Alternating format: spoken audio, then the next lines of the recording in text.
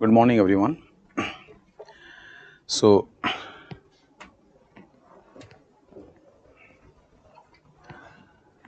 till here we discussed with you yesterday. Okay.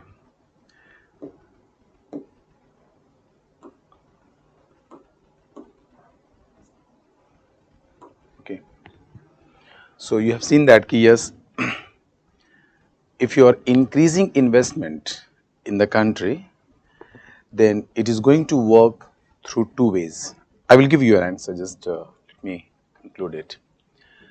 So it's going to increase the aggregate demand, and at the same time, it is going to increase the production potential in the country. So it is the reason that why our government, even the RBI policies, the all policies final objective is in, increase aggregate demand, but always through the investment. Because no doubt, if there is an increase in investment, then it is going to increase aggregate demand for goods and services in the country.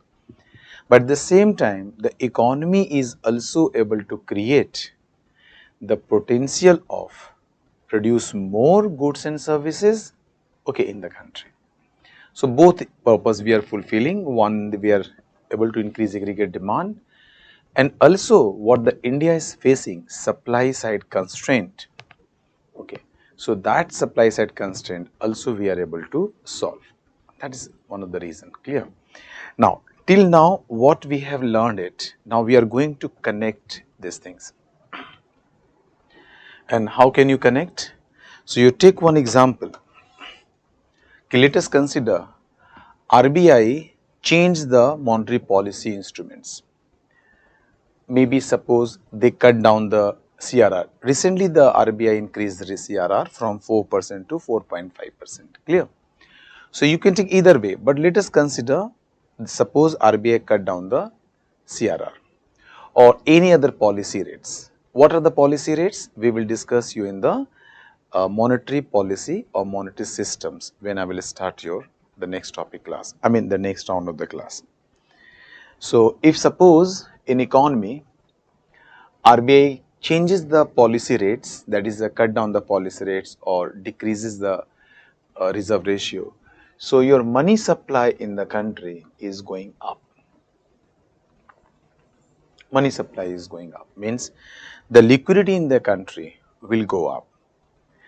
If liquidity increases in the economy, so you understand one thing, since I have to do the market mechanism, so market mechanism and this whole portion market demand, law of supply, we will complete everything, but the next round we will start because I think, not I think, that's what I am received the informations from 30th, from tomorrow till 11th of next month, no classes will be here, okay, because due to the Durga Puja and the festival one. So classes will be suspended till 30th, from tomorrow to 11th of next month, or maybe it will start from 11th. Accordingly, you will receive your information and you will get your informations. Okay. So let us consider here. So after that, when we will start economics, I will start from that remaining topic. I will just go step by step. But here you understand, suppose the RBI cut down the policy rates or cut down the reserve ratios. So ultimately, it's going to increase liquidity in the country. So money supply will go up. And if there is increase in money supply in the country, in the economy, if money supply will go up, then lending rate, which I am saying I is your lending rate. Remember, I also use small I when I was discussing investments. I is the lending rate. Lending rate is going to fall. Why lending rate is going to decrease? Simple logic and simple uh, reason is that suppose you all are banks, clear? When suppose at 10% you want to lend in the economy, 10% is suppose rate of interest, that is a market rate of interest that I discussed yesterday. So 10% is the market rate of interest. At this, suppose 10,000 crores money which is with you or liquidity which is with you, you want to lend it or you are ready to lend it 10,000 crores at the rate of interest I, which is equal to 10%. So at 10% you are ready to lend this much amount of money, that is 10,000 crores. But at the same rate, suppose in the market demand is also 10,000 crores. Are you getting these conditions? Okay, suppose one side you take the banking system, whole banking system, and one side take the borrowers. Suppose in the market lending rate is going on 10% and the borrowers want to borrow 10,000 crores and banks they want to lend 10,000 crores. So at 10% it is okay, market is at equilibrium. Clear? But now RBI cut down the repo rate or RBI cut down the reserve ratio like CRR and SLR. So the moment RBI is going to take these steps, liquidity with the banks will go up. Liquidity with banks will go up. Let us consider now banks having 15,000 crores. Now banks having 15,000 crores. But demand is what? Only 10,000 crores as I discussed with you. So due to more liquidity with the banks, okay, and banks want to lend it all money to the economy because bank has to earn. If banks are earning, then only they are going to pay interest rate on the depositors, interest rate to depositors. If banks are earning, then only they are going to maintain their operating cost. If banks are earning, then only they can get the profit margin. So you have to understand bank has to lend it to earn.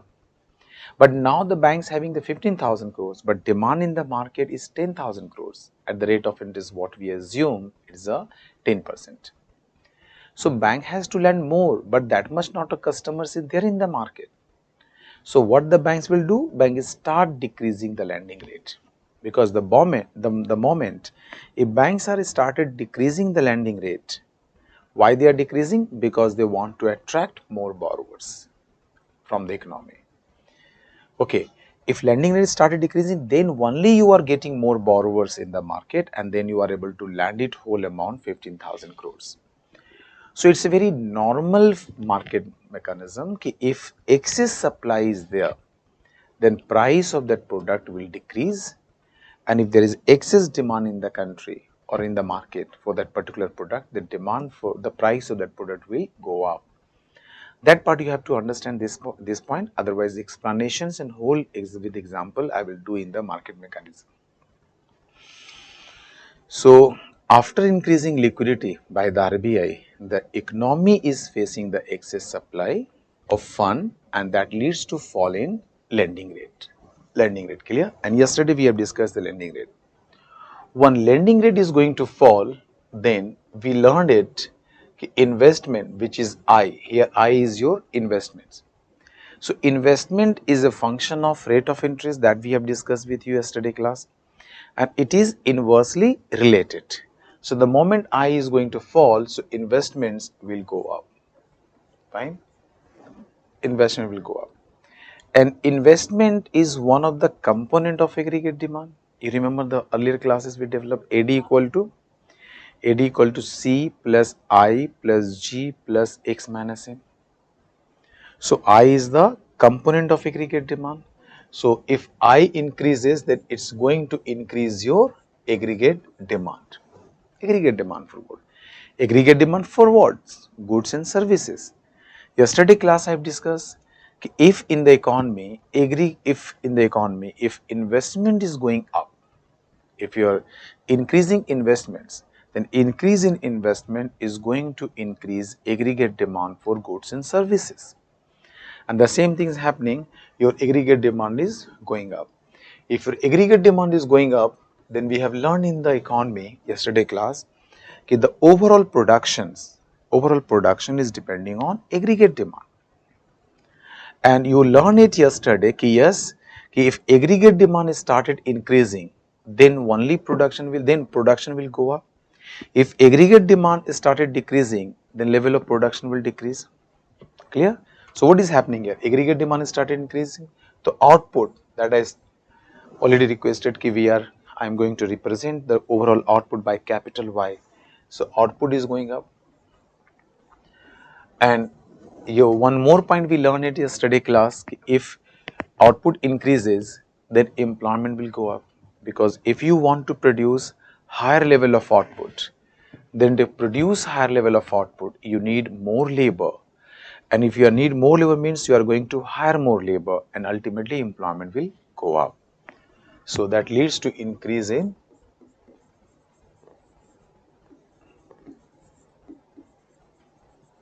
employment. Employment will go up. Just see there. कि RBI's one step change in the policy rates or reserve ratio can affect the overall country, and it is affecting it. Why is output also and why is income also? And you have learned it. कि consumption is depending on income, yesterday class. So the moment Y will go up, the consumption is also going to increase. And again increase in consumption is going to increase your aggregate demand, because C is also part of the aggregate demand. And this process keeps going on upwards. You're just going upwards. And finally, when there is increase in output, or real output or real income, means economy is observing economic growth. And if there is a growth, then definitely development is going there. Not necessary, but development basic criteria is economic growth. There has to be, economy has to increase their income. Then only out of our higher income, you can just go for investment, welfare schemes, and other. So development may be there. So you can just relate it ki how one authority, that's monetary authority, is changing their policy rates. How this change in policy rate is going to affect the overall economy. This way it works, dear. Clear? This way it works.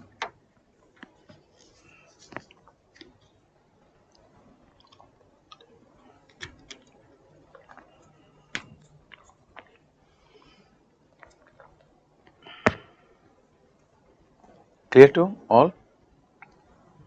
This employment one. Now, one thing you remember, the monetary authority, that is RBI's monetary policy, prime objective is, or prime objective of monetary policy is to control inflations. And the fiscal authority, that is the government of India, fiscal policy main target is higher economic growth and development. Clear? If you reading the newspaper and you are aware about the past few years, the incidents, okay, how there was conflict between the government of India, that is Ministry of Finance, and RBI governor in the time of, started in the Raghuram Rajan time, and to some extent it was in the last hour of Urjit Patel also, but issue was something different. Then he is resigned basically, but that was the personal ground. Okay, so if you think about this, RBI, if RBI is going to increase money supply, one way economy can work in this way, this is the also possibility. But other possibility is that increase in money supply, if it increases consumptions first, and consumption of which goods and services? Consumption of those goods and services already in economy, the economy is facing the shortage of supply. Or you can say increase in consumptions, and that increase in consumption basically increases the aggregate demand. Suppose increases aggregate demand. So it is true that all goods and services demand, if it's increased in the economy can't produce and meet the demand. Why? Because due to the supply constraint. In the first way, we have assumed that economy is capable to produce output. So yes, if aggregate demand increases and you are able to produce more, so you are meeting the demand, you achieve the higher economic growth. Fine, output increases, everything is fine, employment increases. But suppose aggregate demand has increased in the economy due to more injection of money in the country. You injected more money, more liquidity, and due to that, aggregate demand has increased, maybe through increase in your consumptions.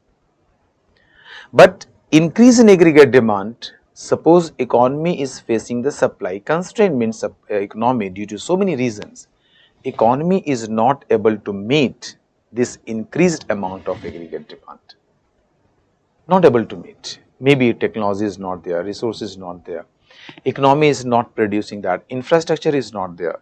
Take the example of Indian economy. The most of the electronics and electrical products in India we are importing from other countries. So you assume that demand has increased, but consumption has increased, aggregate demand has increased, and economy is not in a position. So it may lead to your excess demand. Excess demand, and if there is a excess demand, then it leads to higher inflations. Higher inflations. Higher inflation in the country. Economy can witness, can achieve higher level of inflations, and which is not good for the country. Clear? Which is really not good for the country. You can take today's conditions, economy already achieved facing the more than upper limit of inflation in India. The upper limit of inflation in India is 6%, but economy is facing the around 7%. It means it's already we crossed the upper limit. So RBI is trying to decrease aggregate demand. That's the reason they are increasing the CRR, they are increasing the policy rates. So why? Because if you are able to decrease aggregate demand, so you are able to decrease the excess demand and you are able to control inflations. So understand the very basic working of the economy. So okay, that part I will discuss later on when I will go to the monetary system, but you understand at this point, if you are injecting liquidity or money, liquidity means money, that is money supply. If you are injecting liquidity or money in the economy, so it can work in both the ways. In one way, increase in investments leads to increase in output, economy may produce output, employment may generate. But other way, if your increase in money supply may only create aggregate, only increasing aggregate demand, maybe through the increase in consumption. But if economy is not able to produce that output, the demand has increased. So it leads to excess demand, and excess demand leads to higher inflation. So yes, both the way it can work, increase in money supply, fine. So why conflict was there between the monetary authority and fiscal authority when in the time of Raghuram Rajan? Because that time inflation was very higher in the economy. It was not the personal conflict, it was the policy matter. Government was insisting to increase the money supply by cutting or decreasing the policy rates. Okay, so that this will decrease, investment will go up, demand will increase, output will increase, because government's main objective to achieve higher economic growth and development, increase employment opportunities, increase the level of productions. But if you are saying government was demanding, so government was right, RBI is wrong, no dear. Same things government was saying from their own angle, but the RBI was saying the same things from the different dimensions. RBI was in perception that already inflation is very higher. In this situation, if I am going to inject more liquidity, so it can create higher inflation, more higher inflations. And remember one thing, if your economy of the world, any country of the world, if they are failed to control inflation, okay, beyond a certain level of inflation, then it's very difficult to control. It's very difficult to control. And that can destabilize your economy. Destabilize your economy. And you want to see, then see the condition of Venezuela recently it's happened.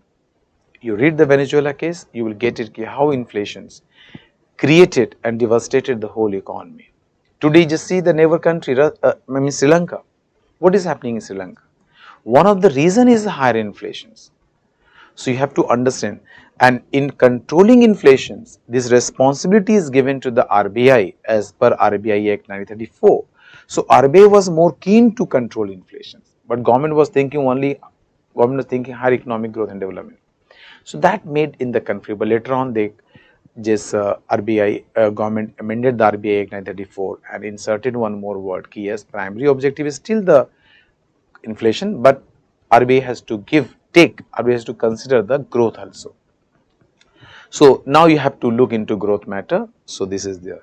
So this way it works. So we develop the concept in the class and this way we interlinked. Clear? So please you write all of you in your words, because already part by part I already discussed with you. So you have to only link it.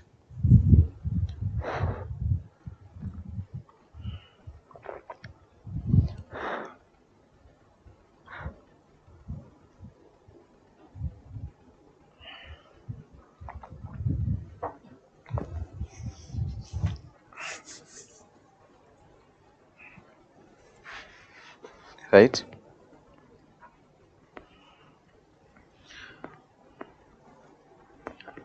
So first, let me give you your doubts, the questions you asked, because then I will start the remaining topic. And one more thing, one part we have to do today, there is some changes, because first I wanted to explain you GDP and all the concept. Then after now you revised, you are getting it. Now let us add on. Yes, what are the changes made by the government in 2015 and onwards? The definition and the measurement of GDP. That we will do that this one. Then we are going to do the next topic. Okay. Here why I connected, because it is the connection of all the concepts what we developed with you in the class. Okay, how the why we just saying the output is demand determined and how output is relating to employment, how it's working. So we connected it. So please write the flow chart.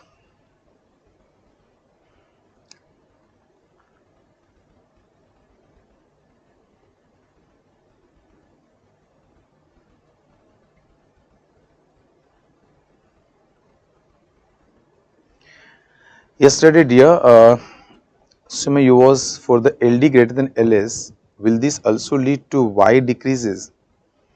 No. See, if it's not going to decrease, Subham, you understand one thing.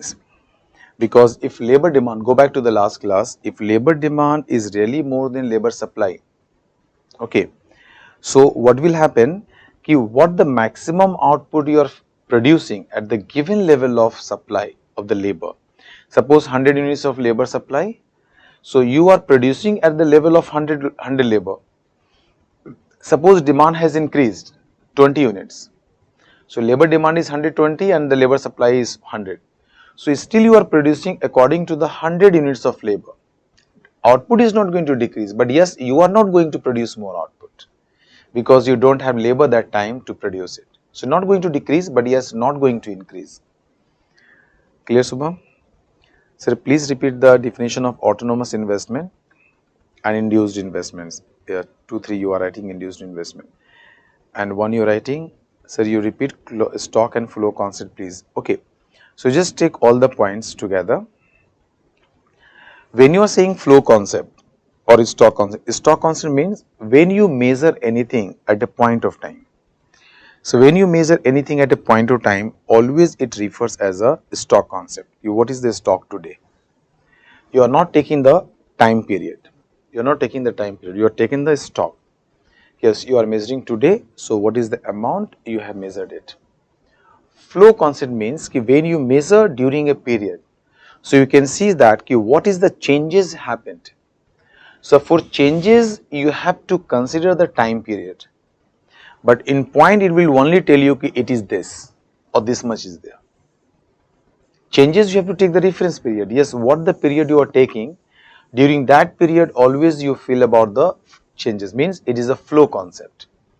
So stock you measure at a point and the flow you are measuring between the two periods. Clear? When you are saying capital, capital is the means of production. So any point you measure the total amount of capital stock you have. So it is your stock concept. So capital is the stock concept. But between these two periods, what is the change in capital? What is the change in capital? That change amount is known as investment. Suppose your capital has increased, not change exactly, increase. You take proper increase. What is the increase in capital during that period of time? It is known as the investment. So investment you always measure during a period, a longer period you are taking or any period you are taking. So when you measure the period, so it is known as the flow concept. So that is the reason we are saying ki capital is the stock concept and investment is the flow concept, because you are measuring inflation during a given period of time. Clear? Now, autonomous investment you define that investment that does not depend on any factors like rate of interest and income. It's decided by the government itself. Yeah, this much I'm going to invest, that will invest. Government will invest. Irrespective of what the rate of interest is going on, what is the level of income is going on, economy is facing recessions or depression, doesn't matter. Yeah, boom. If government decided, they will go for that. So this type of investment is known as autonomous investment. Induced investment means investment that depending on some of the factors. Suppose I'm a private investor, they will think about cost and benefit analysis we have discussed. And cost you are measuring as a basis of the rate of interest what you are paying to the banks. So if change in rate of interest is going to change in the cost of investments, and the change in cost of investment is going to change your investment decisions.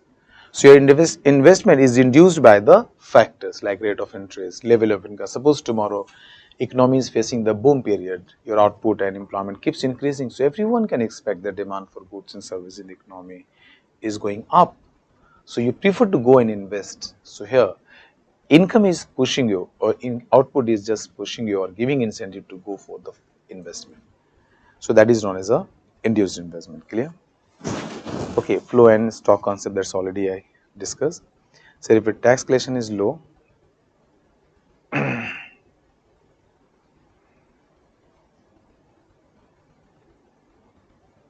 see that's the reason fiscal, you just complete first fiscal policy dear. So once you complete, so then only you can get it.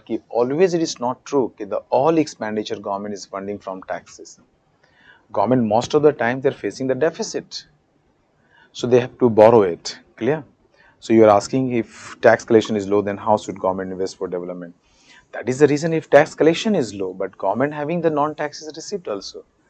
And if the government can borrow from the economy and the government is borrowing it. But this part in the detail we will discuss you in the fiscal system, fiscal policy. Clear? So sir, government is also depend on the level of income peoples. Yeah, definitely if the income of the people or income of the economy keeps increasing, the tax collection, tax amount is going up. So everyone is interdependent here. So who lends the money from whom and who invests the money? Please see whom invest money. Basically, money you are borrowing from banks. I am investor. I am not banks. I am investor. So I am borrowing money from the banks, normal banks, commercial banks, and this amount I am investing in the economy. Clear? Yeah. One more doubt, sir. If my income increase and my consumption gradually increase, then how savings increase and vice versa? See, if you are taking the normal economy, if you take, then maybe if you take the 10 households, or you take your own example, forget about the whole economy, take your overall example. If your income keeps increasing, consumption will increase. But who told you?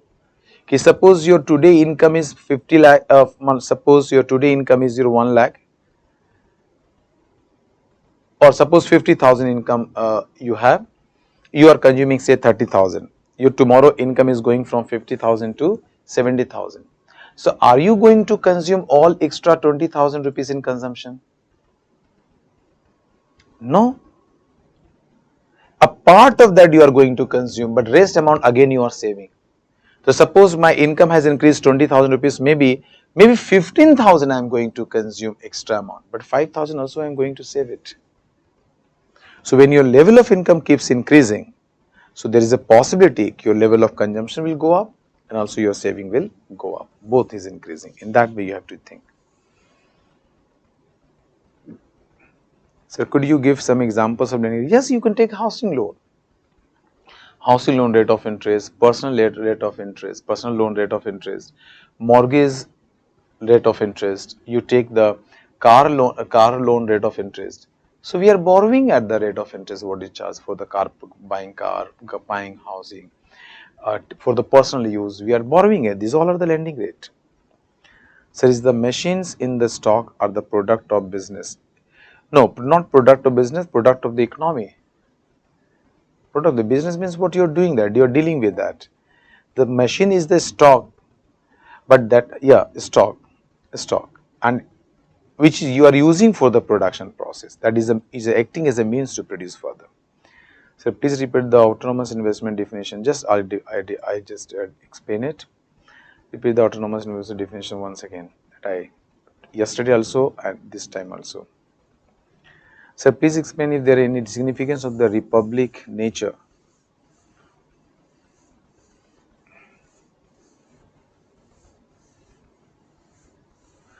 I think you will ask this type of questions, but later on.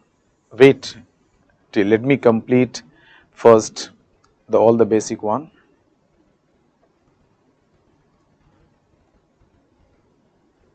Also Buddhism, I think the other part you are talking about, not from my side.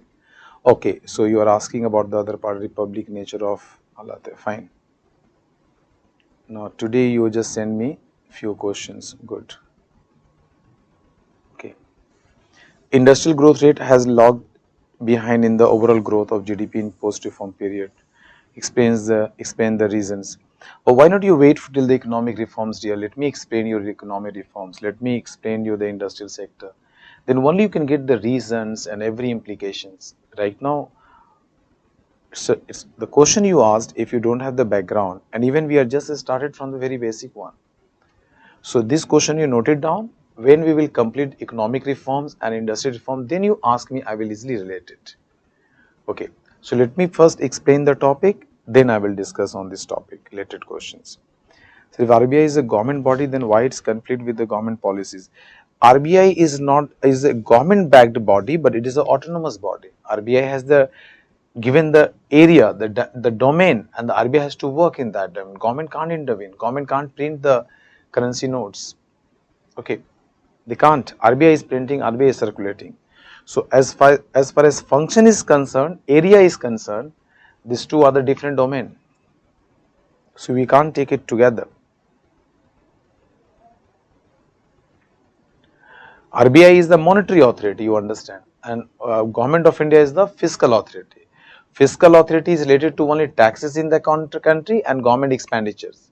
But the monetary authority has the related to the liquidity adjustment in the country as per the requirement. These two have in the different the domain. Clear? Sir, can RBI inject liquidity as per its ways? Yeah, not as per its ways. Personal kuch nahi hota, nothing personal in this. When you are the policy maker, nothing is personal. Everything are institutional or country. So if country needs, then you have to act. Okay. If country needs, they need more liquidity, you should inject. And if you need, just right now you are just your requirement of the country is what? Absorbing the money. So RBI is doing that. Okay. Please give us few questions for practice. I will just do that. It may also cause of inflations. Yeah, that is the reason I discussed here. I think you asked before that. So I ask you, money supply may relates to high inflations. A reason I have just cited to you already. Okay.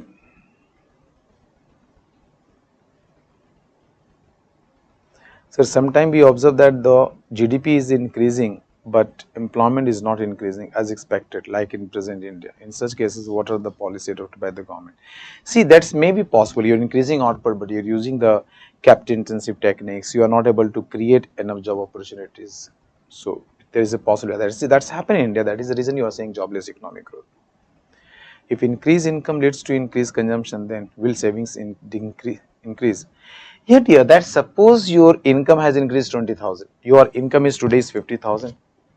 Suppose in 50,000 you are consuming 40,000 and you are saving 10,000. Take example, which it's a rational behavior. Suppose your 20,000 incomes increase more.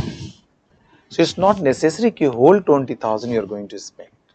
Maybe out of 20,000 you are going to spend, increase your consumption, say 15,000. And more part I am taking this consumption. But still 5,000 left out of increased income. This 5,000 you are saving it. So earlier was saving 10,000, now 5,000 added in that, so total saving becomes 15,000. Why? Because due to increase your income. Earlier you was consuming 40,000 when your income was 50,000. Now you are saving what? You are consuming what? 55,000. Why? Because your income is 70,000. So 55,000 and 15,000, 70,000. In this way you have to think, dear. So state private income minus undistributed profit.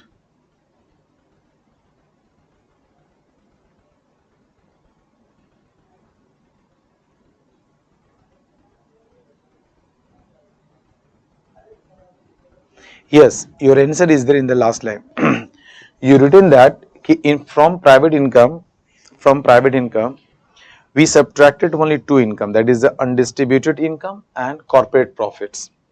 So when you separated these two, then profit, you are knowing that profit having three components: uh, corporate tax, undistributed profit, and the dividends. So out of these three components, which is there in the private income, one component is going to the government, that is corporate tax, and one component is going to the corporate sector, that is undistributed profit. But dividends, again, it's going back to the households, because generally households investing in this, households buying the equity shares of the different companies. So either you can subtract profits, then you add the dividends. A better way, don't subtract overall profit, just subtract the two components which is not with the household. So you just subtract these two to control higher inflation. Is it? Yes, yes, yeah.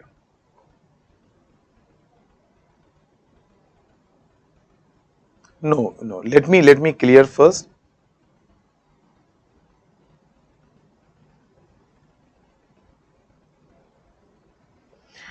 Yeah, D stands for, you have written YD equal to Y minus T, that I written yesterday. D stands for disposable. So when you are writing Y and small d, you are writing in just lower portion of that. YD prefix you are writing. So it is known as the disposable income. YD stands for disposable income. Fine. Does classical theory and Keynes theory? Keynes, Keynes.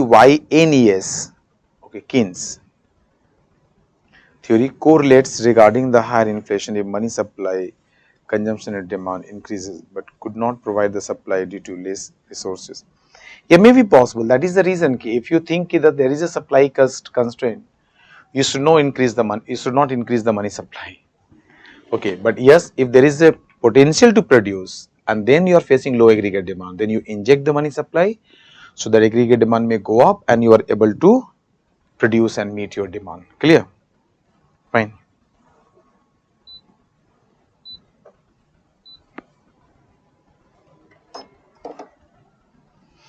Okay, dear.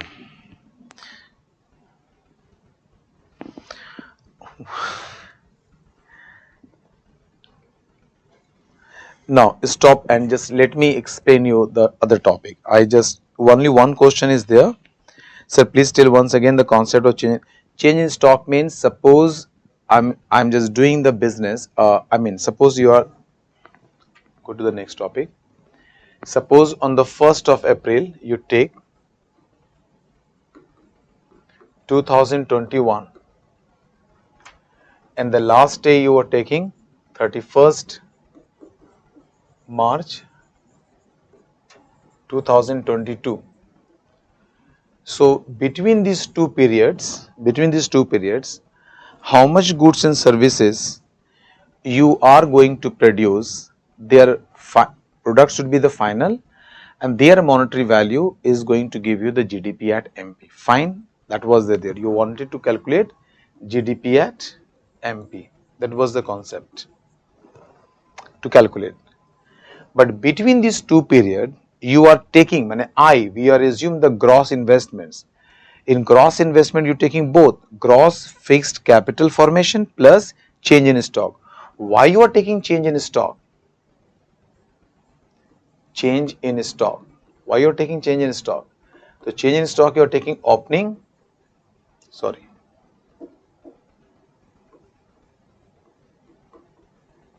closing stock minus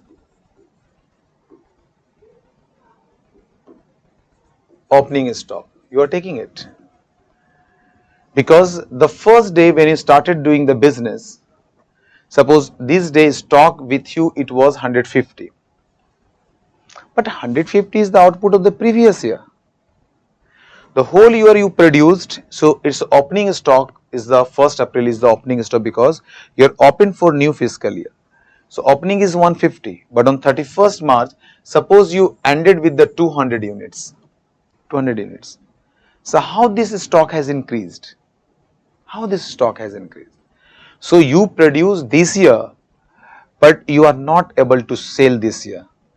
So it is the part of your inventories. So change in stock will be closing stock is 200, opening stock is 150, so plus 50.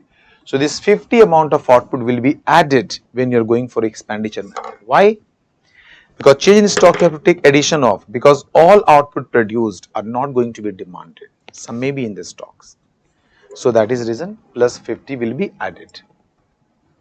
But suppose it's a 150 was there, 150 was there, but it's a turn into 100 units on the last of this. So it means the 50 units you sold in this year, demanded in this year, but 150 is output of the previous year. Out of this you sold. So what is the change in stock? So closing stock is what? 100, opening stock 150. So it is going to give you minus 50. Why minus 50?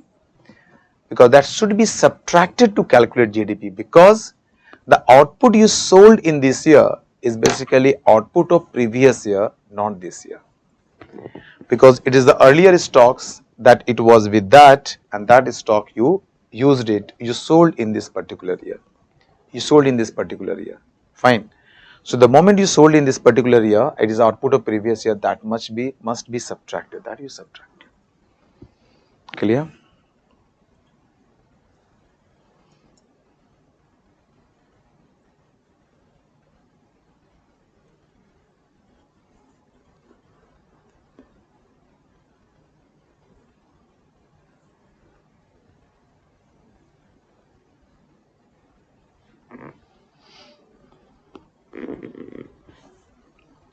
No, Ayush, don't take in this way.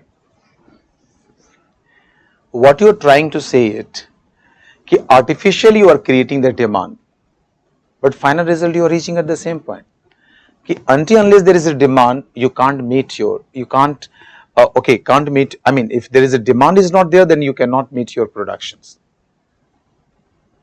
Okay. Why the China you are talking about the real estates? What's happening? Due to lack of demand, I mean, they are not able to sell out.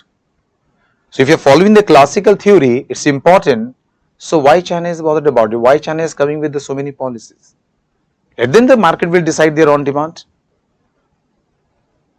Just leave it, market. That is the Say's law says that if you supply, then equivalent demand is created.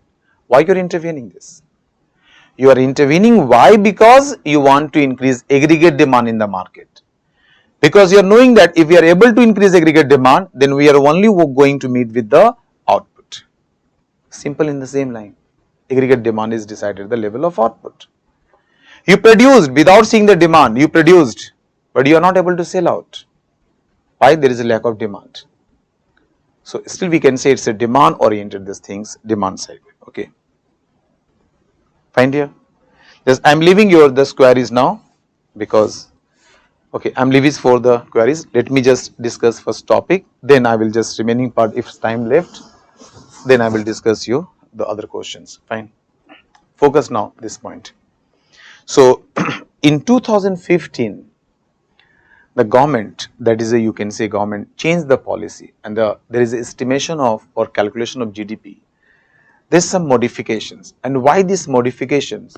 So SNA 2008, which is adopted by United Nations, there is system of national income accounting 2008 adopted by the United Nations, and where most of the world they accept it, and India also accepted 2015, but that is the reason that India simply given only one statement, ki why we are changing all the things, because as per international practice,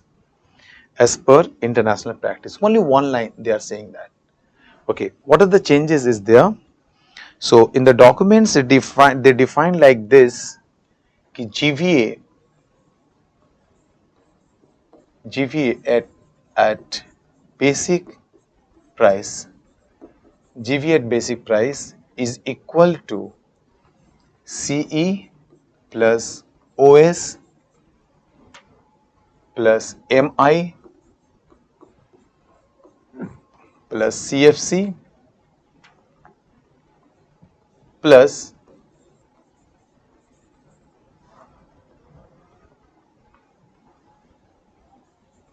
production tax minus production subsidy. This is there. So they define another concept, that is a GVA, gross value added at basic price, and they defined it. It's a government documents, I am telling you, it's written that C plus OS plus MI plus CFC plus, in bracket we have written production tax minus production subsidy. This thing you are knowing, C is what? C is your consumption of,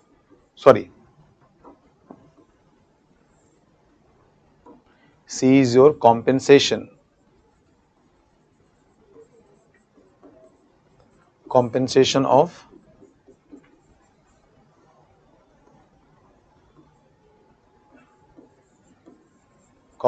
of employees. P, you write.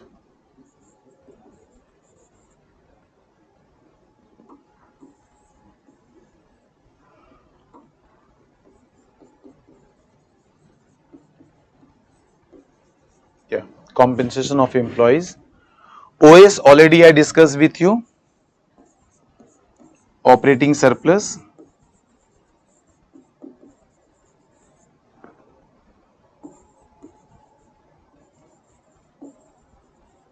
That is R plus I plus P, and MI I discussed with you, it's a mixed income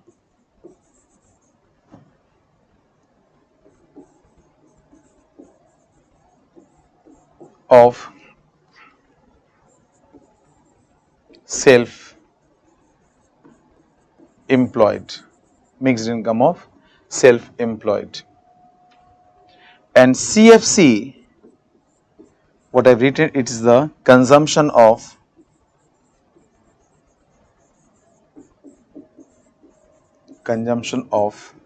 fixed capital.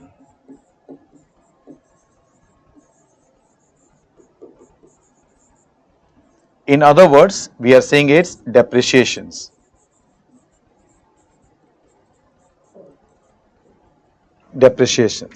Clear? And next one, which is already written in the full form, production tax minus production subsidy. Production tax minus production subsidy. This is there. See, why it is written at GVA you are saying here. So GVA means the gross value added of a particular sector. You go back to your class, I mean just think about it. We calculated GVA of all the three sectors, that is the primary sector, tertiary sectors and secondary sector.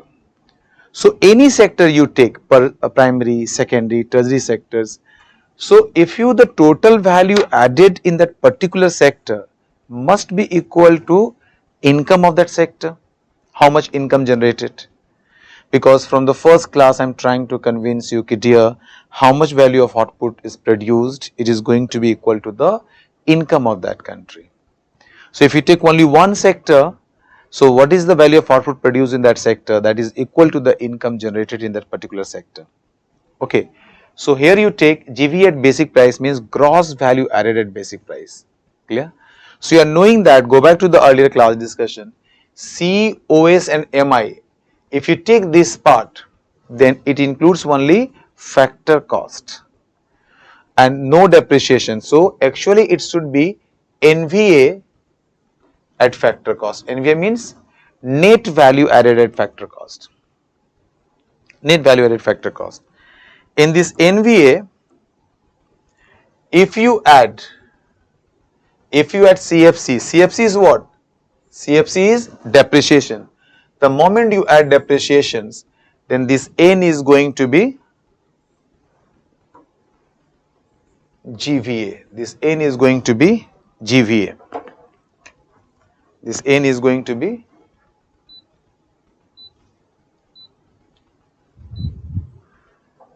GVA, gross value added, because if your CFC just written, it's a consumption of fixed capital depreciation, it is going to give you the GVA, gross value added, fine. And in gross value added, definitely it is at factor cost, Then you are adding production tax minus production subsidy. then this factor cost is going to be, so till here it is the factor cost, GV at factor cost. In factor cost you added production tax minus production subsidy, then you are going to get market price, that basic price, you are going to get the basic price. This part I am going to discuss first, check, then we are coming back here, clear. First you take this example. Focus please dear, because if you are getting it then it's very easy. Okay. Earlier in the class you have seen that in factor cost, if you add NIT, then this factor cost is going to turn into market price. I think you remember. You remember all of you? In the earlier class, we have discussed with you, suppose value of output is given at factor cost. Value of output is given at factor cost, and if you add NIT, net indirect taxes, so FC is your at factor cost, value of output at factor cost, it is your net indirect taxes,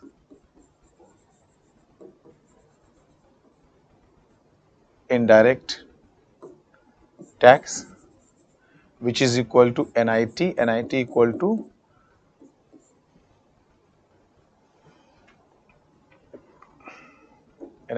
to IT minus subsidy that we have discussed, and MP is known as at market price. Market price.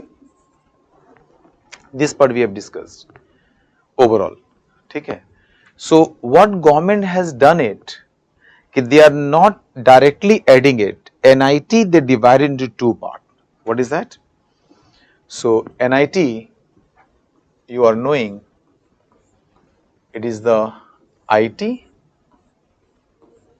minus subsidy. IT minus subsidy. Fine. So earlier the government, before 2015, the government was not differentiating within IT which tax is this group, which tax, just all are ITs, indirect taxes, they are including it to only one format in one group, indirect taxes, and all types of subsidy given by the government they considered as a subsidy only. But 2015 and onwards, the practice in Indian economy is what? This indirect is divided. Indirect tax is divided into two groups. One, it's known as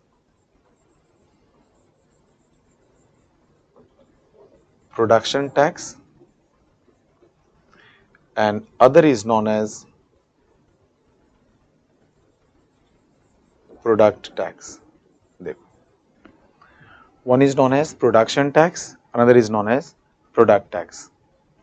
They categorize in two different groups. Same IT, in all IT indirect taxes, they categorize in two different groups. One you are saying production tax, and one you are saying the product tax. What do you remember? Production tax and product tax. Similarly, subsidy is divided into two groups. One is known as production subsidy, and second one is known as product subsidy. Clear? Yeah. Check dear. So 2050, the changes what they made by the government is IT. IT is divided into two groups, and basically NSO, because your GDP calculation, all the things done by the NSO now. So you can say the NSO, National Statistical Office, has adopted this methodology. So what they done it, and since it's a government department, so you can say government, no issue. But the specific is the NSO. So NSO divided these indirect taxes in two categories. One they are saying the production tax, and one they are saying the product tax. Similarly, subsidy is divided into two categories. One is known as the production subsidy, and one is known as the product subsidy. Now, what is production tax and what is product tax? We should know first. What is production subsidy and what is the product subsidy? We know first. Then we are going to explain your base price and market price, the difference between these two. Clear? Just write, all of you. Write it. First you write production tax, this production tax. Okay, right. It's all are indirect taxes.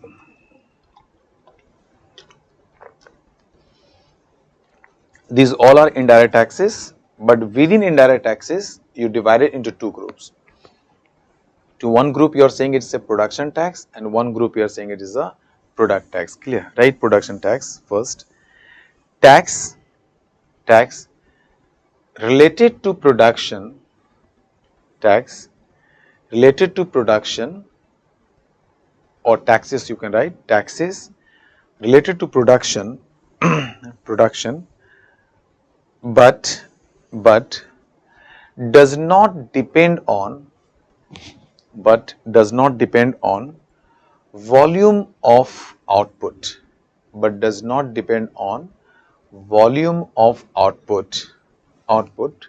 volume of output, comma, is known as production tax, or production, is known as production tax. So what you written? Taxes which are related to production, but does not depend on volume of output oblique production. You can write volume of output oblique production, comma, is known as production tax, Okay, like, continue, like registration fee,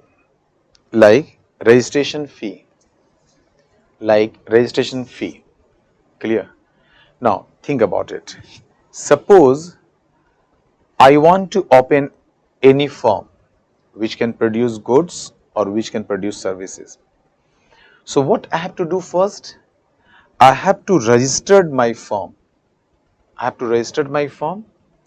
Definitely with the government department, and when I am registering this firm, I have to pay fee for that. That is known as the registration fee. I have to pay this fee.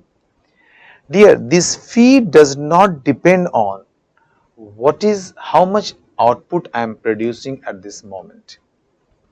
Suppose I registered a firm, maybe I produced nothing for few months, next few months. Maybe I am producing only 10 units of output, maybe I am producing 1000 units of output. So the volume of output and this registration fee, these two are not related. So these type of all taxes or all fee what you are paying to government will come under the category of production tax. Is it clear to all? And that's why you written that taxes which are related to production but does not depend on volume of output oblique production, comma, is known as production tax, like registration fee. Fine. Now write product tax. So product tax you can write tax which is related to production, taxes which are the taxes which are related to production, but depends on, here it will be depends on, but you don't write but, you write and, the taxes which are related to production and depends on volume of output, oblique production,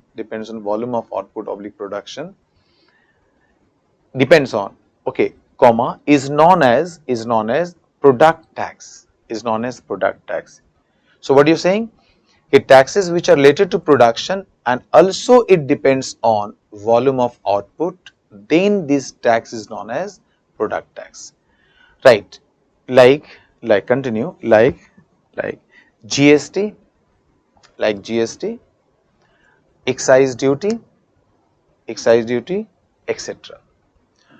GST, excise duty, etc. Why? Because GST you pay to the government is depending on how many units you are producing. If you are producing 2 units, according to you have to GST you have to pay. You are producing 100 units, so according you have to pay. So GST you pay to the government or paying to the government, it is depending on volume of output. Simple in one line, depending on volume of output. Find here. Now same things right about the subsidy. So you have seen that yes, subsidy is also divided into two groups, two major groups. One is known as production subsidy and other is known as the product subsidy. What is that? Production subsidy and next is known as the product subsidy. Fine. So just write production subsidy first. First one, production subsidy. Concept remains same, but here you are not paying the government, but government is giving to you in the form of subsidy. Right. The subsidy, right, subsidy, production subsidy I am telling you first, production subsidy which is given by the government, which is given by the government, and related to production, which is given by the government and related to production, related to production, but does not depend on, volume of output, oblique volume of output, you write no issue, does not depend on volume of output, comma, is known as production subsidy, okay.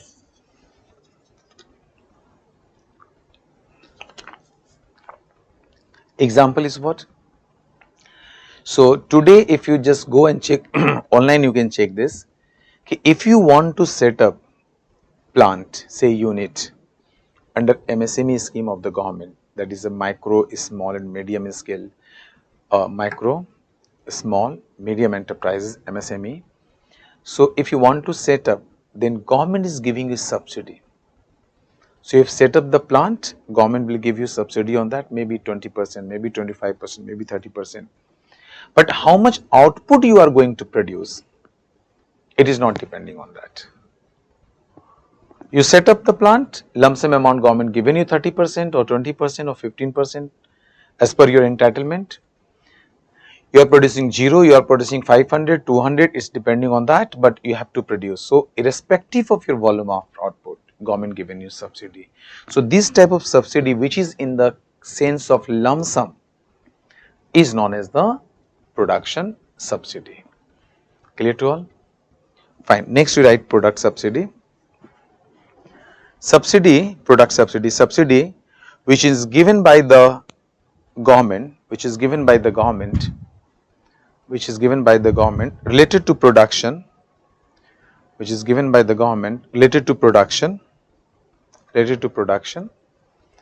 and depends on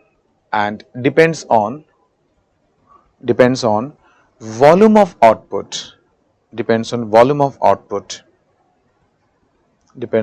of output,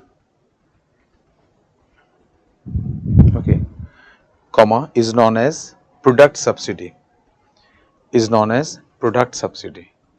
like suppose subsidy given on fertilizers.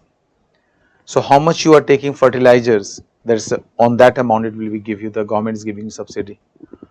Suppose interest rate, government, if you borrow some money for the year and government is giving you subsidy, so how much money you are borrowing, the total amount of subsidy depending on that. It's not lump sum in nature. So any moment or anywhere if you think and getting that subsidy given by the government, okay, and if that subsidy is lump sum in nature, it's not depending on volume of production, then that is known as the production subsidy. But if you are getting that yes, subsidy is depending on volume of production, then it is known as the product subsidy. Clear? Now check all of you, just think once.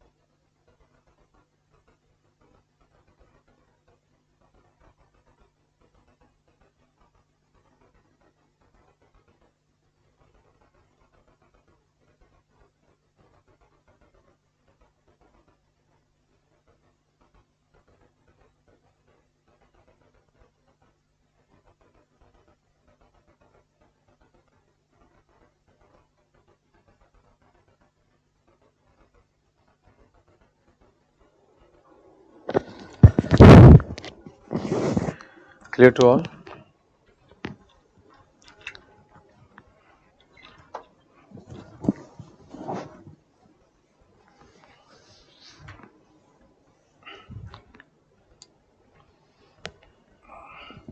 And here.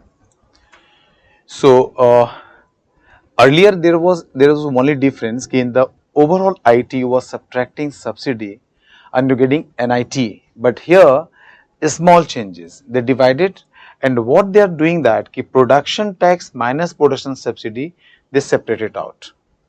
So for our convenience, let us assume ki these two, the difference of production subsidy, sorry, production tax minus production subsidy, we can say NIT 1. We are naming it from my own side. Let us consider production tax minus production subsidy is NIT 1 and product tax minus product subsidy is NIT 2. Can I do that? Can I do this?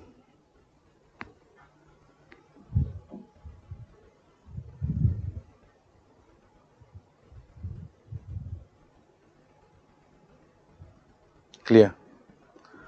So NIT 1 production subsidy, just you remember the subsidy given to for any productive activities, okay, or government is giving you subsidy for any purpose here, because you are taking overall economy, how much subsidy given by the government. So all things, all activities you can take. If government is giving subsidy irrespective of volume of that, then you can say production subsidy. Like I've just given you example MSME. You set up one plant, but how much you are producing output, it's irrespective of that you are getting to, on the total cost you are getting 20%, 25%, 30% subsidy. Clear? So you can say production tax minus production subsidy is NIT 1 and product tax minus product subsidy is NIT 2. Now after getting this, so now what they are doing that they are calculating first factor cost of output, and here just they are adding the NIT 1, they are adding NIT 1 part, and then factor cost is going to turn into basic price. Basic price. Clear? Basic price. So basic price and factor cost, these two are not the same. The basic price and factor cost difference is what? NIT 1. So you can also write factor cost, bring it here, or yeah, write like this, basic price minus factor cost, you bring it here, minus factor cost is equal to NIT 1. So remember dear, basic price and factor cost, these two are not same. The basic price and factor cost difference is what? Difference is NIT 1. And what is NIT? So you are knowing that NIT is your production tax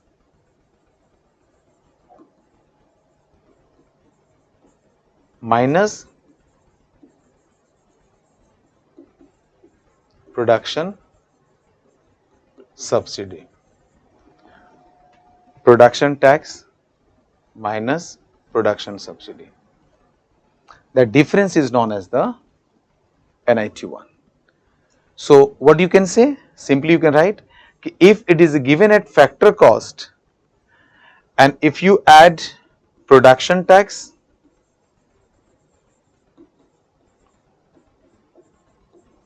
minus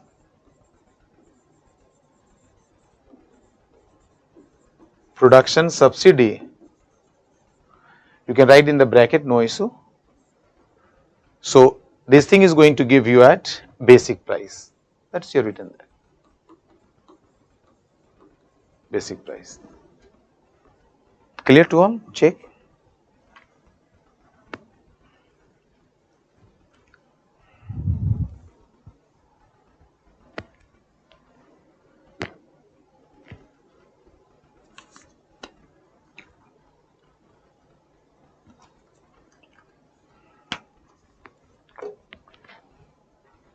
It is known as basic price.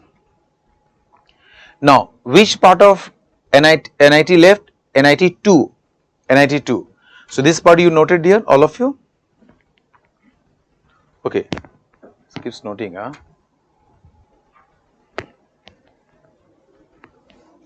Fine.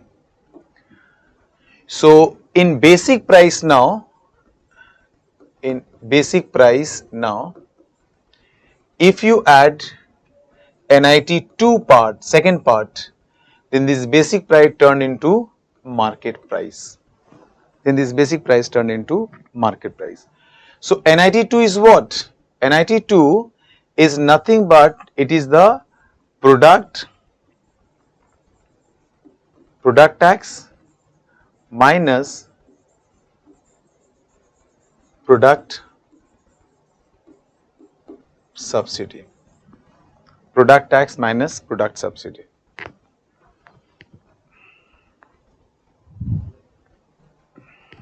Product tax minus product subsidy is your NIT 2. Clear? So either you write NIT 2 or you write product tax minus product subsidy. So you can say that in basic price, once you calculated your value of output at basic price, and if you add product tax minus product subsidy, then this basic price turned into market price. Fine. Is there?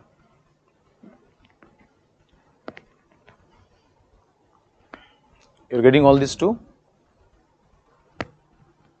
See, simple understanding, dear. Earlier it was overall NIT, CSO, NSO was taking, and directly in factor cost there was adding NIT, so directly they convert from factor cost to market price.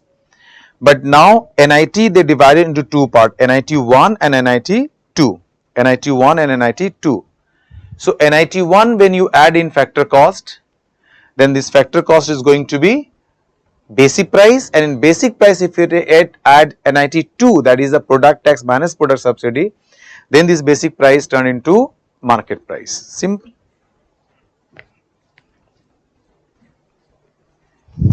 Clear to all? Now go back to the equations. So the equation is written that GVA at basic price, it was written as CE, I already explained you, OS plus MI plus CFC plus production tax minus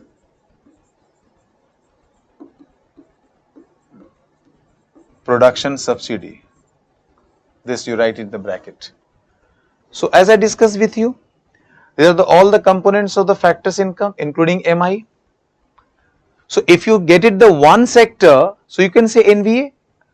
If you add CFC, then it's going to be give you GVA. So it is GVA at what?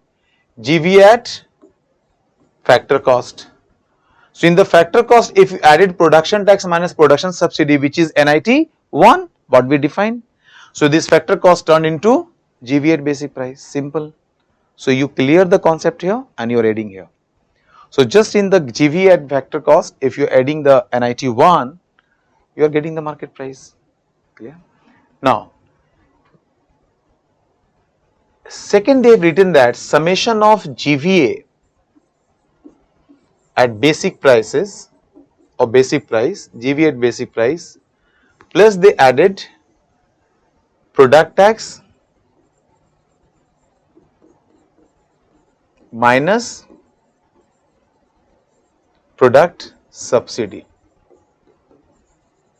and they are saying it is nothing but it is the GDP at market price. Clear? Why this summation, dear? Summation represents the GVA of all three sectors we have discussed in the class. GVA of primary sector, GVA of secondary sector, GVA of tertiary sector. So you calculate GVA of gross value added of primary sector at basic price. You calculate GVA of secondary sector at basic price. Calculate GVA of treasury sector at basic price, and then you add it. Summation represents additions. You add it. So what you are getting? You are getting basically GDP at So this thing you are getting nothing but you are getting it is GDP at basic prices. You are getting GDP at basic price.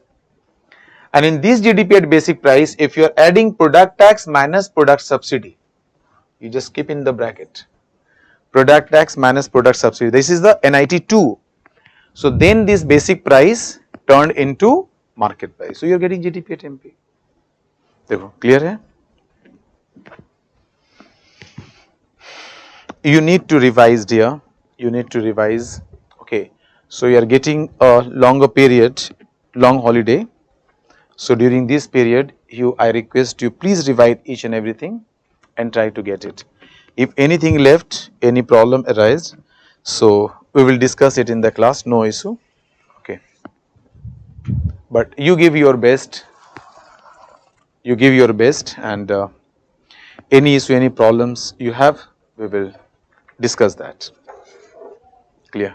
We will discuss that. Clear to all? But one more changes. Government saying that already announced कि GDP at MP in the government documents will only represents or only written as only GDP. Only GDP. So anywhere if it's written just GDP, you understand it is nothing but it is the GDP at MP, market price.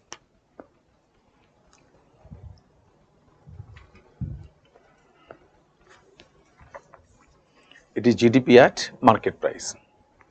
Written as GDP at market price. Clear? So anywhere it's referred as GDP. So you understand it is GDP at market price. Fine. Right, all of you, please.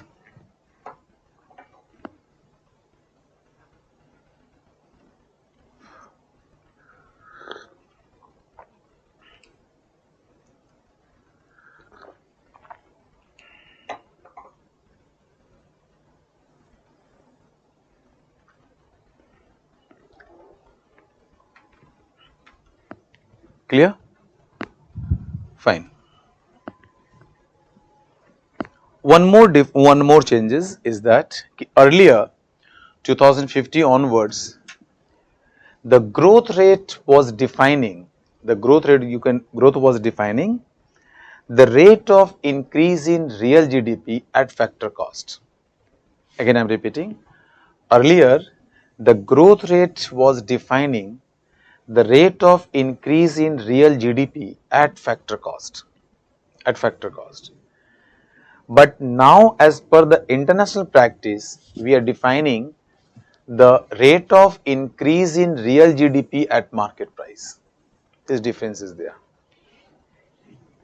We are defining the rate of increase in real GDP at market price. At market price means we have to take NIT. Clear? So you are knowing this is the one more changes. Earlier GDP was defining at factor cost, that is real GDP, but at factor cost. You are only taking at the factor cost. But now you are taking at market price. Okay. So you are calculating real GDP, but you are including NIT also. What is the NIT this year? You are adding it, so you are getting at market price. You understand here, you have seen in the previous example. So you got the difference?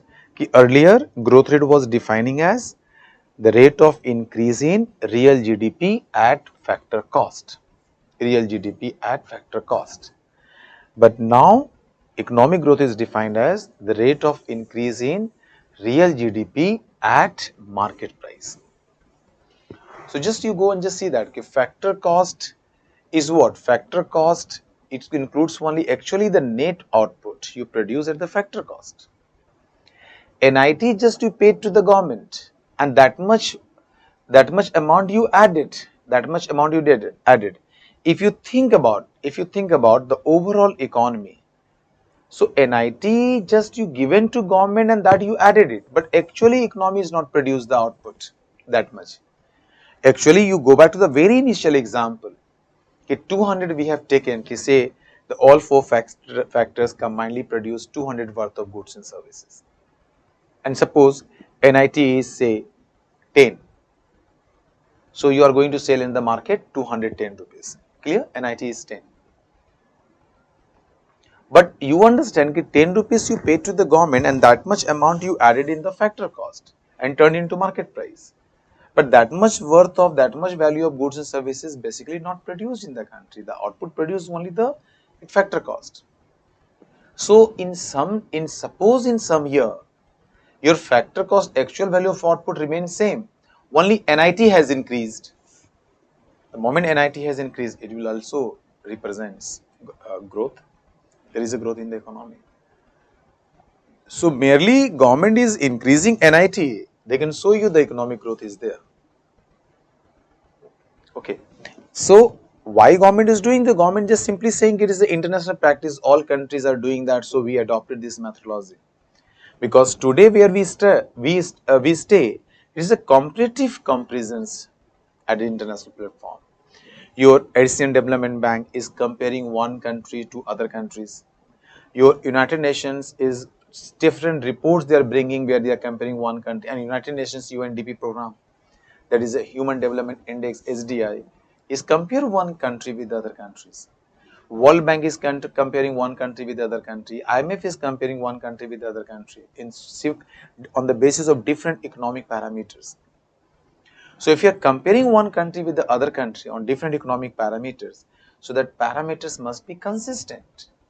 So consistency in economic parameters only give you the better comparative study, otherwise you can't get it. There must be consistency. So if other countries measuring the GDP growth rate at market price and you're measuring at the factor cost, so always there is a lagging behind them. It's showing, the data is showing, always lagging behind them. So there is always issue in the comparative study if you're just deviating from the international practice. So simply the NSO saying that we adopted what the international practice this. Argument given why market price, because you're knowing finally the amount the government collected as a taxes, say NIT, net taxes, what exactly government is going to do that? So this amount government is going for the paying to the employees, or amount they are paying to they are providing the services. Basically you just think they are providing the services, they are producing the goods, so their value must be there. There is a value of this. So it is reason that they are also using, all money is not the consumptions, you understand that. All money is not consumption. So they are also using for some other productive purposes. Yes, true, you can't monetize. So based you take the NIT also.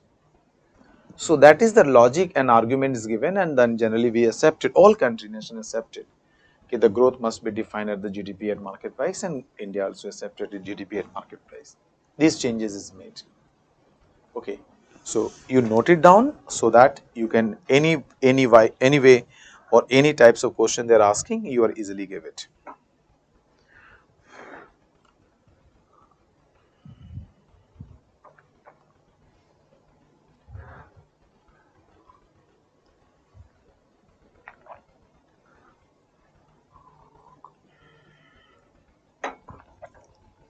Clear? So GDP part is now we completed completely, because I intentionally stopped it that day, because I wanted first you know the whole concept, then you add on what changes made by the government recently, then you can compare it. Same day if I am going in the flow now, so maybe possible, first of all you have to understand all the things. If you are getting the problems and again this it is going to be added, then so I separate it out.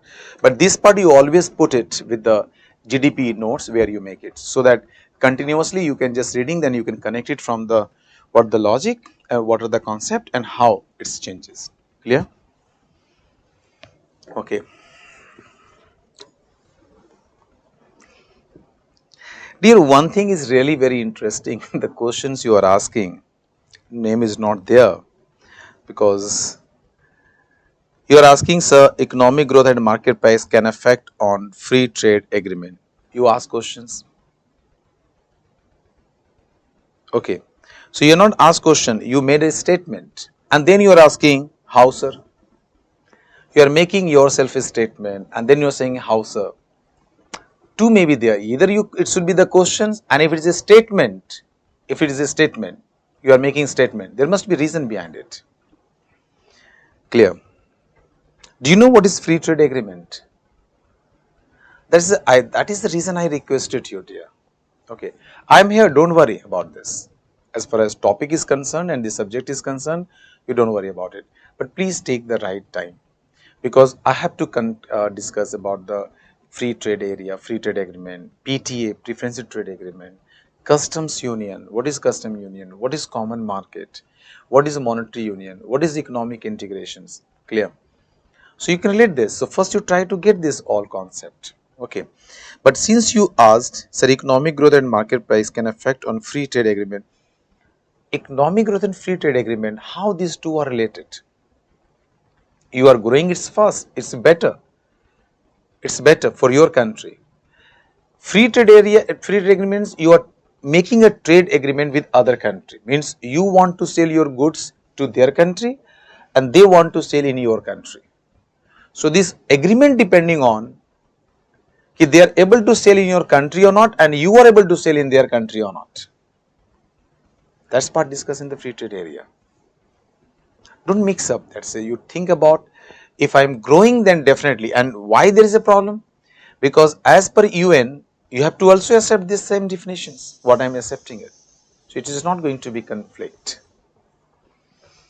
Second, I am going from the last one. Sir, GNP or GDP, which is better criteria for overall development of country? Remember, dear, one things. As far as growth is concerned, so you are talking about the growth of domestic economy. Growth of domestic economy. So if in your country production is going up, so domestic income keeps increasing, and increase in domestic production is going to increase the job opportunities in the country. If domestic income increases, means investment is going on your country. The other benefits, spillover effects, it is there in the economy. So growth rate, no doubt, it should be the GDP, gross domestic product. But as far as concerned ki how much income left with us for dispose of, how much money income left for us to use it, dispose of, definitely GNP, gross national product. Because the person who earn, they will go send it back to their own country, and our person they earn, that's we are receiving. So where you are using, it's very important. Where it's very important. Like UNDP, when they are formulating SDI, Human Development Index, they are taking per capita income, but that per capita income is the per capita GNP income, and they changed 2010 only. Before that, they were also taking the GDP, but 2010 they changed it GNP. Why? Because in this globalized world, GNP is one of the best indicator in compared to GDP. But अभी बोलोगे sir दोनों तो आप बोल रहे हो. Yes, where you want to just use it, where you want to use it. GNP, no doubt, it's one of the best criteria. What is the net amount left for with you to use this amount of resources? Clear. But GDP, overall productions, overall employment opportunities, overall investment in the country, GDP is one of the good criteria. Clear?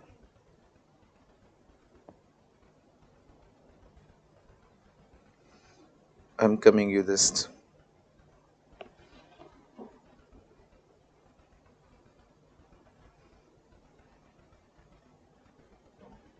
Okay, then I think you start sending the question, so the I'm not able to give the first, I mean earlier person they asked the question. So do one thing, I am starting from the press. So where I left, okay, sir, could you repeat it? That's I repeated. Sir, please give the example of production subsidy that again given you. You are writing, sir, on what basis this product and product subsidy are provided. That is the basis I discussed. Suppose you involve in the economic activities, if subsidy is given on the basis of the volume of output, you are producing 1 unit, so you are getting this much amount, 2 units, then that will be double on, 3 units, triple on, like this. If it is not exactly triple on, but it keeps changing, then it's a product subsidy or product tax. If you are paying the taxes, so if volume of output keeps increasing, keeps changing, so again it will change. Suppose you are increasing more output, okay, production, so you have to pay more GST. GST is the per unit. What is the value of per unit? You are, if suppose you are buying 10 units, 20 units, so accordingly you have to pay GST. So it is depending on volume of output. Next you are asking, sir, production linked incentives are production subsidy or product subsidy. See, production linked incentives what the government is giving on the incremental basis. Read that, incremental basis, depending on the output. The moment you are getting the subsidy or tax is linked with the level of production. If it is a tax, it should be the product tax. If it is a subsidy, then it is a product subsidy. Linked with the production, that is a volume of output, I am telling you, volume of output. If volume of output changes, your tax amount is going to change. If your volume of output changes, your subsidy amount is going to change. Then you can say the tax is the product tax and subsidy is the product subsidy. Clear? So, production linked incentive is your product subsidy. I don't know which previous slides you are talking about here.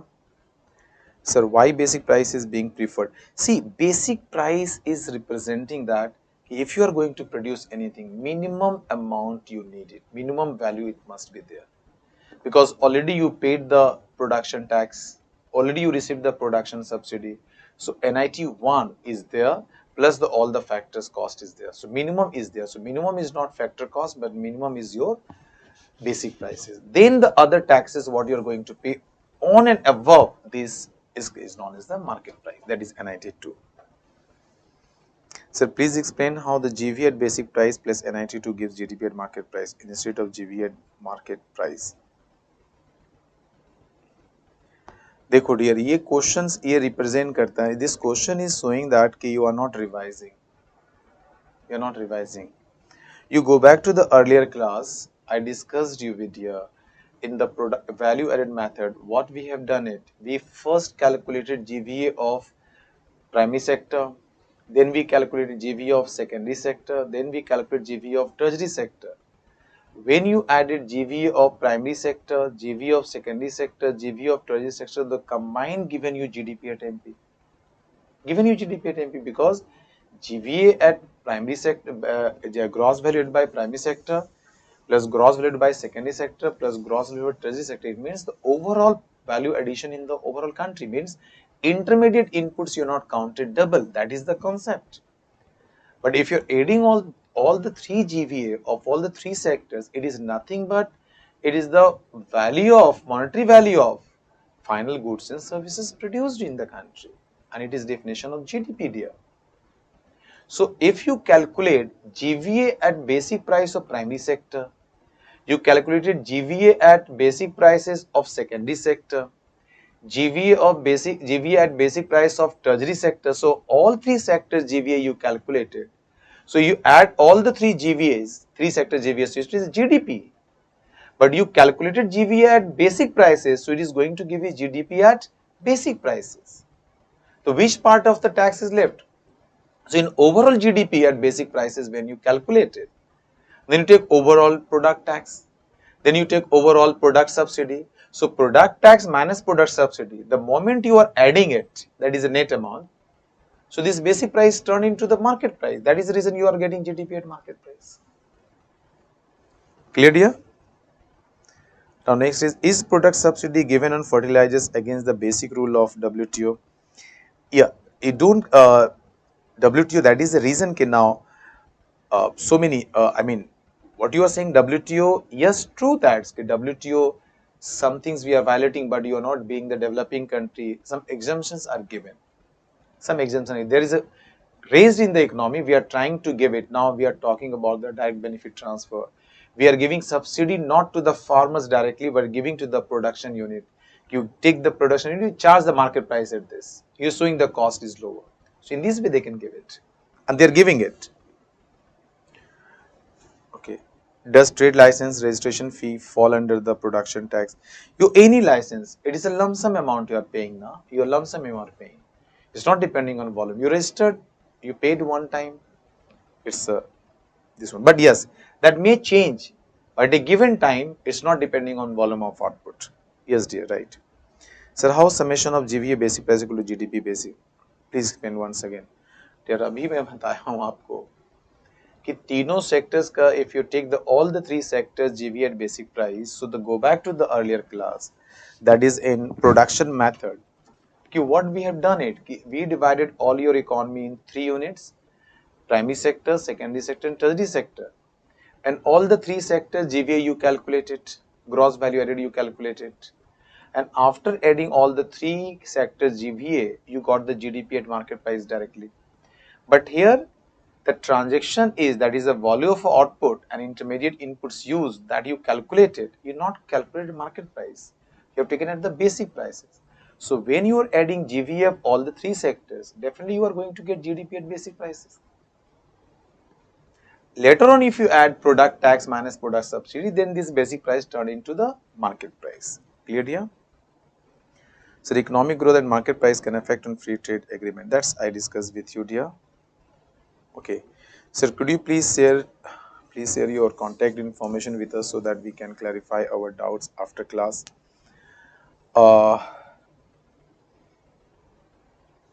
okay, I'm giving you this contact number. Sir, why production type? But always prefer to WhatsApp, okay? Because my calling number and WhatsApp both are same, so we prefer to WhatsApp, okay? But instantly don't instantly you don't, just suppose you are sending me, I will just give you back. You just send it, but when I will see, maybe in the after 1 hour 2 hours, the moment I will get free, I will check and then I will reply it. And if I think, okay, no, I cannot write all the things, so definitely I will call you back and I will explain you. Sir, why production tax add with FC not in MP? Dear, you tell me, this question you are asking, why production tax add with FC not in MP? MP is the overall price that you are selling, charging in the market price. So once your market price already there, means all NIT is there. All NIT is there. So in factor cost you are adding, then you are going for a step by step now. Earlier, that is the difference. Earlier in factor cost you was adding NIT, you are directly getting the market price. But the mid part there is one more. In factor cost, if you add NIT 1, then you are getting the factor cost to basic price, and again you are adding NIT 2, then basic price to you are going to the market price. So when you are adding this from factor cost, then you are reaching to the market price. Once you reach the market price, means you added it already. So why you are going to add more again on the market price? So please clarify the stock meaning.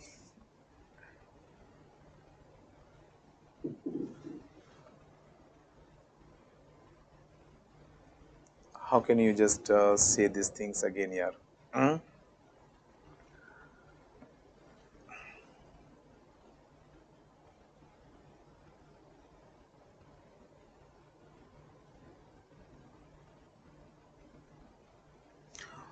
See, first of all, don't confuse with the capital as a stock concept, because what I'm getting from your questions, what you asked, you are not able to write the complete one, but the way you put your question or framed your question, what I'm getting at, you confuse with the capital as a stock and in investment stock. These two you are getting these things confused.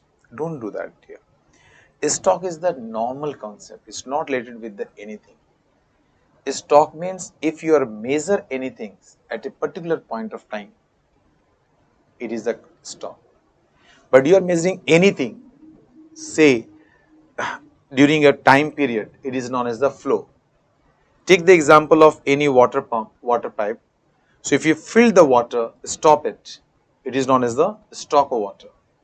But you just inject the water and just you this side you just allow to flow, allow to just get from this out of this pipe one. So it's come under the flow concept. In the given 1 minute, so 1 hour, how much water is flowing from this? So same concept, if you measure at a point of time, the given point of time, it is known as the stock concept. But if you measure during a period of time, it is known as the flow concept. Now, capital is defined as a stock. Why? Because we measure capital at a point of time. Okay, what is the stock of machines at a particular level? It may be machines, it may be any equipments, or maybe any other related to capital. That's capital. But capital here we are discussing means that must be act as a means of production. So your measuring is the matter. So investment capital you are measuring at a point of time. So in capital we are saying it's the stock concept. Capital is the stock concept. It is not the stock. Stock the concept it is there because I measure capital at a point of time. But when you are going to measure investments, you are not taking a point. You are taking a period. So during a given period, how much capital you added? Period of time. And that period, since you are measuring along a period of time, a given time period, so this is known as the investment. Number one, clear? Now, when you are coming in the gross investments, which we use the concept in the measurement of GDP. So there we explain you कि gross investment having two components. Here we are adding two components. One is the capital formation, that is the investment. What investment we are talking about earlier? Clear? But you understand one thing, through expenditure method, we are trying to calculate the overall output produced in the country. Overall output produced in the country. There is a possibility output is produced, but it is not sold. It is not sold. This is the, don't compare with the capital. Here just take in this point of view. Ki output economy produced, but it's not sold. So when you are taking the production method at the production point, so this value is included. But the moment you are going to take from the expenditure point of view, this stock value, the output what it is unsold and which is now it's become the part of inventory, that amount is not added. You can't count it because not sold in the market. So how the expenditure method is going to include this? So to get all values, how much the output produced, we are taking how much amount left in the stock. But always it is not true. It is going to be unsold. Sometimes that is a output you produced, you sold more than this. So you can only do that if you have a stock from the previous year. That is the reason if you are adding it, you are adding change in stock. Okay, change in stock. So it may be positive, it may be negative. It's positive means you added this year. So it must be added to get the total value of output through expenditure method. If your previous year output is sold in this year, but that is in expenditure. That is if you are taking total expenditure, so the previous year output which is sold in this year, their value is included. But that we have to subtract. How can you do that? So how much is sold from the previous year, that should be subtracted. That is the reason change in stock, that time it will be negative. That is the concept here, okay? Because what is the question you are asking, I think the same things you wanted to ask and I have tried to explain you. Give your efforts there also, okay? Fine. Second, you are writing, so since schemes like Atmanirbhar Bharat focus on increase in domestic production, is it opposing globalization or is it promoting globalization? See dears, there are some questions, you know, and forget about the economy, just leave it the economy. Just think about you. Just think about you, dear. In practical life, are you thinking first about yourself or you're thinking about whole country or the whole area where you're staying? Just be practical.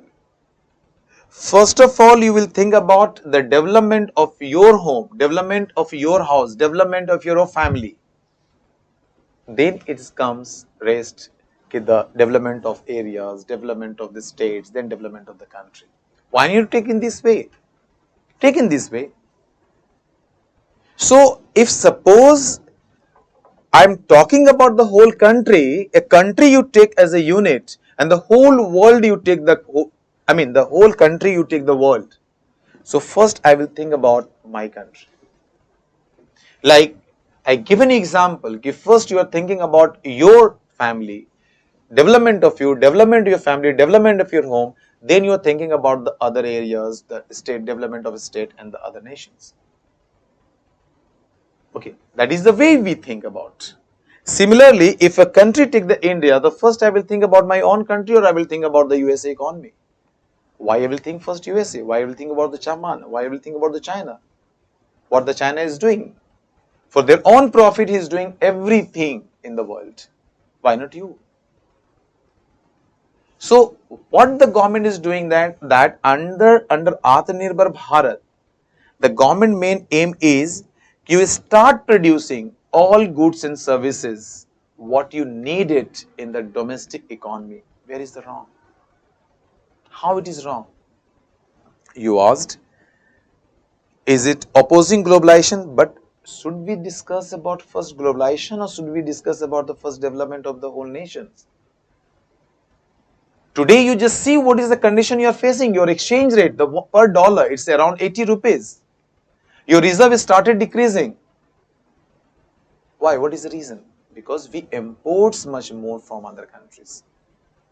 And due to the increase in the global prices, including your crude oil, now you are facing this problem. It is harming your economy. Take the example of Sri Lanka. Due to the deficit, huge amount of balance of payment deficit is there Sri Lanka faced. Bangladesh also started the facing this. They borrowed from the IMF. Yes, US is coming to help you. China is coming to help you. Or any other nations is coming to help you. You have to grow at your own, dear. And that is one of the reasons that the Indian government or India government, they decided the Atmanirbhar Bharat. It means not only one sector, the agricultural allied sectors, industrial sector, services sector, or all infrastructure. We want to grow at our own. That is, we have to develop all the sectors. That is the ultimate objective of Atmanirbhar Bharat, so that I can grow at my own resources. I should not depend on any other countries. Why I should depend? If we have infrastructure, we have resources, we should utilize it so that we can achieve these things. Clear? Now, second you are asking, no cross question, just leave it. Okay, so please explain with some points about green GDP. See, green GDP is what? Green GDP is the concept we started. Okay, that's okay. Suppose one way you are developing, producing goods and services. That is, you are calculating how much you produce. That's the reason you calculate GDP. But depreciation we have included. But till here, depreciations we are taking only depreciation of fixed capital there, like the machines, buildings, equipments, etc. But who will take depreciation of natural resources? Who will take the cost we are going to incur due to the pollutions, due to the excessive use of groundwater, due to excessive use of the forest land area? Who is going to take this responsibility? So green GDP concept has come out in a particular year due to your economic activities, how much goods and services you produced, and while production, how much natural resources, okay, you lost. Natural resources means you lost environmentally, natural resources you lost it. So how much damage you incurred, okay, it's happened during the production process. That damage you have to assess in monetary terms, and that monetary terms value you have to deduct from the GDP. Then that GDP is known as the green GDP. Why? Because you included the damage happened in the environment, in the economy. So that damage you have to include it. Then it's turned into the green GDP. So that always amount you are deducting, amount you are leaving, that much amount you are calculating. That amount later on you can deduct, and this amount you can use it for the overall development of the environment and other resources. Then only you can sustain and you can achieve the sustainable development goal. So exact how much you are producing, it does not matter. How much damage you made, if you, that part you compensate, then we are talking about the green GDP. Clear? So how has steady GDP growth and low inflation made a positive effect on Indian economy? Let me explain you the first inflation, then we will discuss on that. Sir, from where to read all these concepts? Any book which easy? Yeah, I request you one thing, if really you trust me, then trust it and focus to class. Focus class. If you see last year, if you see my notes, if you are getting it, okay, because that's you are preparing the notes in this class, more or less the PT questions, except 1-2 question, it was from the note itself. Mains question, a major part of the question it was notes. So do one thing, focus to class, try to get in class. And what some part I am dictating you, some part you are also noting it. Make a good notes and try to revise several times these notes. It will help you, really, I am telling you. because I'm going to discuss everything what you needed. There are so many things in the economics that's, if you want you can know it. If you want to know, then you can go ahead. But problem is that what is my requirement for this exam? So I prefer to discuss in your class only what is you needed. Accordingly, we are going ahead. So what is your requirement? What is your needed? That part only I am discussing in our class, dear. Note it down, and for reference, one booklet is given to you from this institute. So take that books, get reference from there, revise once. Yeah, any conflict, yeah, few days back one got you conflict, but that was printing mistake. Next time we are going to avoid it. If you are getting this type of conflict, you please let me inform. Uh, we'll correct it. Okay, and or you can ask me directly. Class, depending on class, take the reference of there. And after that, when we are going to cover a major portion of the economy, then you start reading the government documents. Because finally, the mains questions, particularly mains question, they are going to be framed, they are going to frame from the current economic issues, the government policies, the government policies, monetary authority policies, different sectoral issues like the agriculture, industry, social issues. They are going to ask the issue and issue related the government steps, and they can ask you what is your views. So see, before reaching there at that point, we have to develop all the framework, all the basic one, and that's we are doing that. Because without knowing the GDP, how can you discuss about the growth and inflation, all these things you're talking about? And inflation, just I define you what is inflation, how we measure inflations, how we are today, the RBI is trying to control inflation, but they are not able to control inflation. So once you clear the all picture of inflation, what are the components we are including, how we are just explaining this, it's very difficult to explain this. So what is our objective? We are moving step by step. We are developing the basic framework, the whole working of the economic framework, sectoral wise, like the what is finance, monetary system, fiscal system, agriculture, industry, external sector, economic reforms, poverty, unemployment. Okay, whole fiscal system includes the finance commission, everything. Then you start writing your mains questions. Just give me to complete a comfortable part. You start writing, okay, and then you go directly read the government documents, dear. Like economic survey, you read, like budget, you can read, and if you are getting the some policy of the government, PIB is the one of the good source. You write the policy name, just write PIB, you can get the details, and only that much details are there what you need for your exam. Because if they are asking, they will ask from there, because this is the first, I mean the source from where we are also getting from there. So what I'm teaching you, basically the I'm teaching from the most of the things, the government concept, the what is the the concept which is universally and the national level it is accepted. But only one things I request you, don't go online like Google and the Google one or Wikipedia for information related to the economics and government policies. Even you're checking that, they can even you checking that, but again reconfirm from very authentic source. And I request to any documents, any policies, any issue related to any sector, you go to the website of that sector. Suppose you want to know about agriculture, you go to the Department of Agriculture, Ministry of Agriculture website. You can get everything. You want to know Make in India, go Make in India, different sites is there, Government of India has made it. If you want to know about the budget, economic survey, it is there on the Ministry of website, Ministry of Finance website. Download it there, you can get it.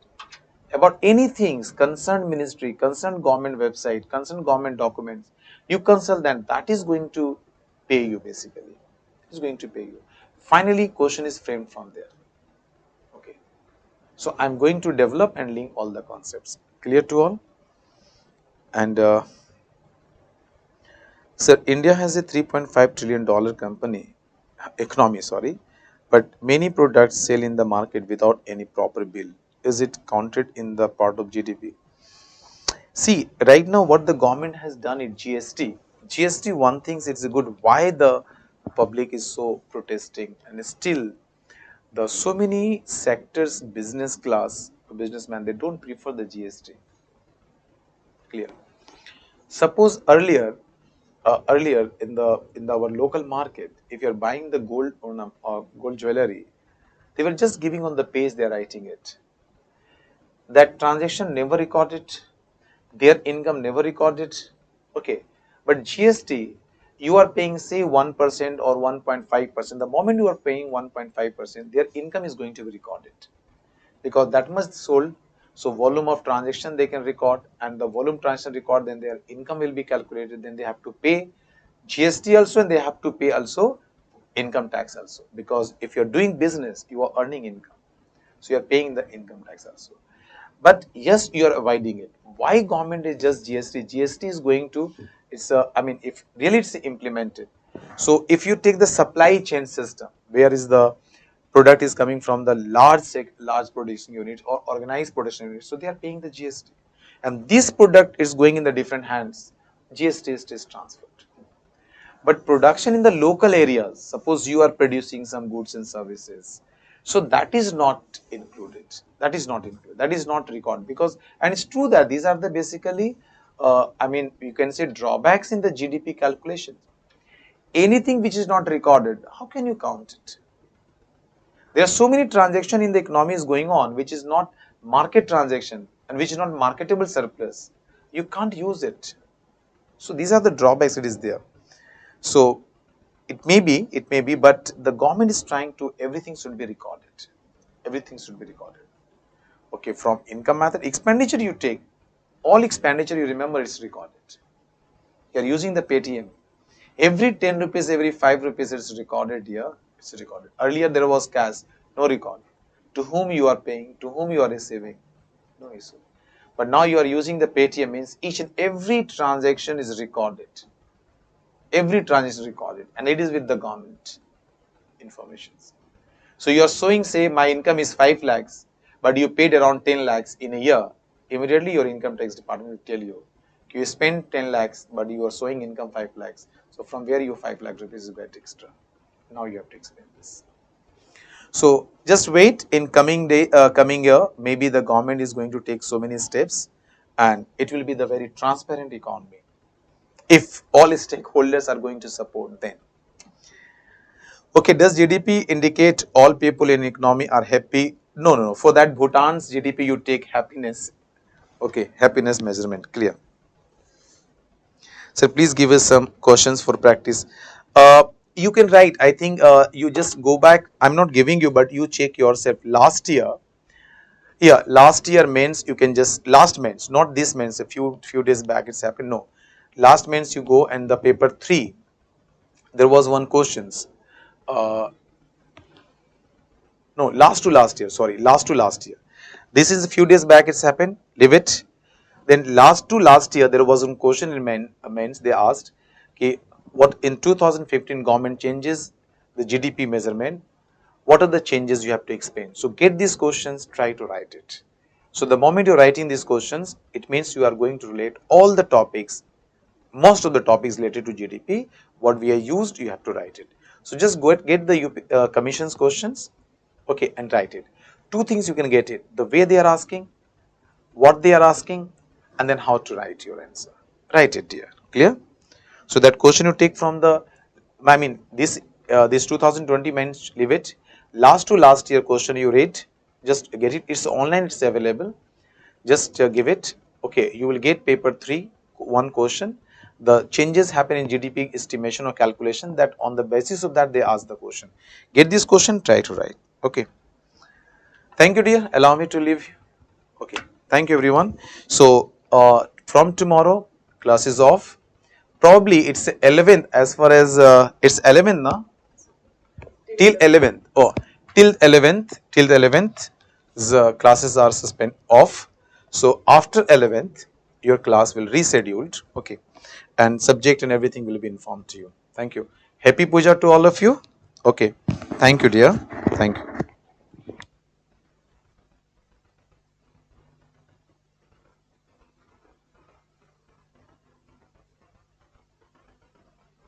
You asked me number, so it's working now. Yeah, it's still working. So it's 9354256233.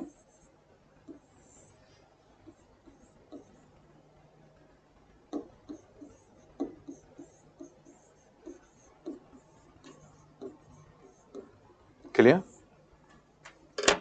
Thank you everyone. Thank you.